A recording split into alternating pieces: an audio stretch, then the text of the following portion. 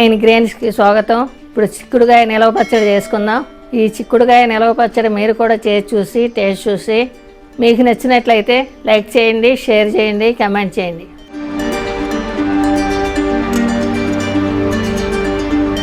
కనుపు చిక్కుడు అండి. ఇవి చిక్కుడుకాయలు శుభ్రంగా కడిగి ఆరబెట్టుకున్నామండి. తడి లేకుండా పీస్ తీయకుండా తొడియాలు మాత్రం కట్ చేసుకుందామండి. పీస్ తీస్తే కాయలు వేయించుకునేటప్పుడు విడిపోతాయి.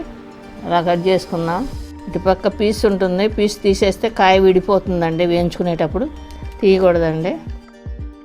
ఇటువంటి కాయలు ఉంటే ఒలుచుకుందామండి. ఇలాగా ఒలుచుకొని గింజలు వేసుకుందాం. పుచ్చులు కూడా ఉంటాయండి, చూసి వేసుకోవాలి. ఇదేనండి, ఇలా కట్ చేసుకుందాం. మొత్తం ఇవన్నీ అలాగే కట్ చేసుకుందాం. స్టవ్ ముట్టించి పాన్ పెట్టుకున్నానండి. 150 గ్రాముల ఆయిల్ పోసుకున్నాను. అరకిలో కనుపు చిక్కుడండి. ఇవి వేసి వేయించుకుందాం.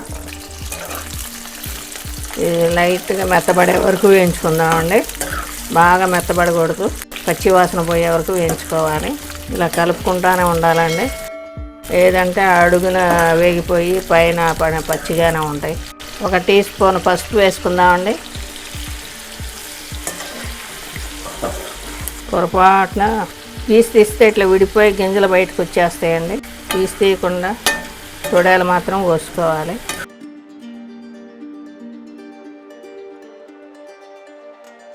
ఇది వేగిపోయినాయండి, కొంచెం మెత్తబడింది.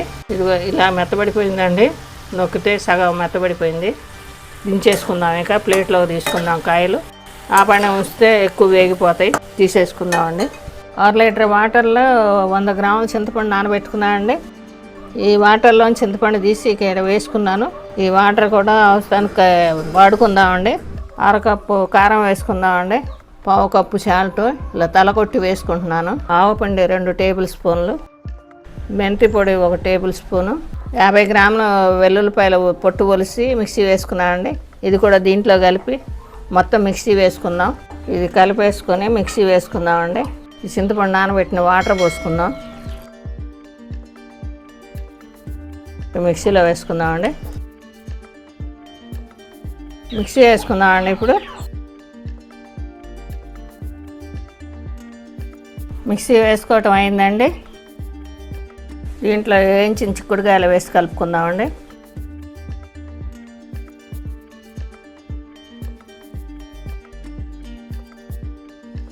కలుపుకోవటం అయిందండి. ఇప్పుడు ఉప్పు సరిపోయింది అని చూసుకుందాం. ఇంకో టేబుల్ స్పూన్ సాల్ట్ వేసుకుందామండి. మన కూరల్లో కానీ చట్నీల్లో కానీ ఉప్పు తక్కువైనా బాగానే ఉంటుందండి. నిలవ పచ్చట్లో ఉప్పు తక్కువైతే ముందు బూజు వచ్చేస్తుందండి, వాసన వచ్చేస్తుంది. అందుకని సరిపడా వేసుకోవాలి ఉప్పు. ఇది ఫ్రిడ్జ్లో పెట్టుకుంటే 4-5 నెలల వరకు ఉంటుందండి. విడిగా పెట్టుకున్న 2 నెలల వరకు బాగానే ఉంటుంది. ఈ కనుపు చిక్కుడు కూరగాయ పచ్చడి చాలా రుచిగా ఉంటుందండి. మామూలు చిక్కుడుకాయ కూడా పట్టుకోవచ్చండి. కనుపు చిక్కుడు ఎక్కువ టేస్ట్గా ఉంటుంది. ఇది ఇప్పుడు తాళింపు పెట్టుకుందామండి. స్టవ్ ముట్టించుకున్నానండి. చిక్కుడుకాయలు వేయించుకున్న ఆయిల్లోనే తాళింపు పెట్టుకుందాం.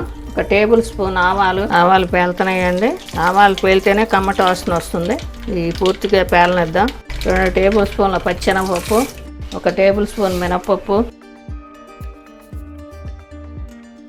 6 ఎండుమిర్చి, 5 ఎల్లుల్లి రెబ్బలు, 1 ఘాటు పెట్టి వేసుకుంటున్నానండి. తోలుతో పాటు ఘాటు పెట్టకపోతే పేలుతాయండి. తోలు తీసేసి వేసుకుంటే పర్వాలేదు. 4 రెబ్బల కరివేపాకు అండి. ఇది వేగిపోయిందండి. పచ్చట్లో కలుపుకుందాం. తాళింపు పచ్చట్లో కలిపేసుకుందామండి. ఇప్పుడు కలిపేసుకుందామండి. ఇది ఇప్పుడే రైస్లో వేసుకున్నా బాగానే ఉంటుందండి. 2 రోజులు ఆగితే ముక్కలో కూడా ఉప్పు కారం చేరి ఇంకా టేస్ట్గా ఉంటుంది. చిక్కుడుకాయ పచ్చడి రెడీ అండి. ఇదే విధంగా చేసి మీరు కూడా టేస్ట్ చూడండి.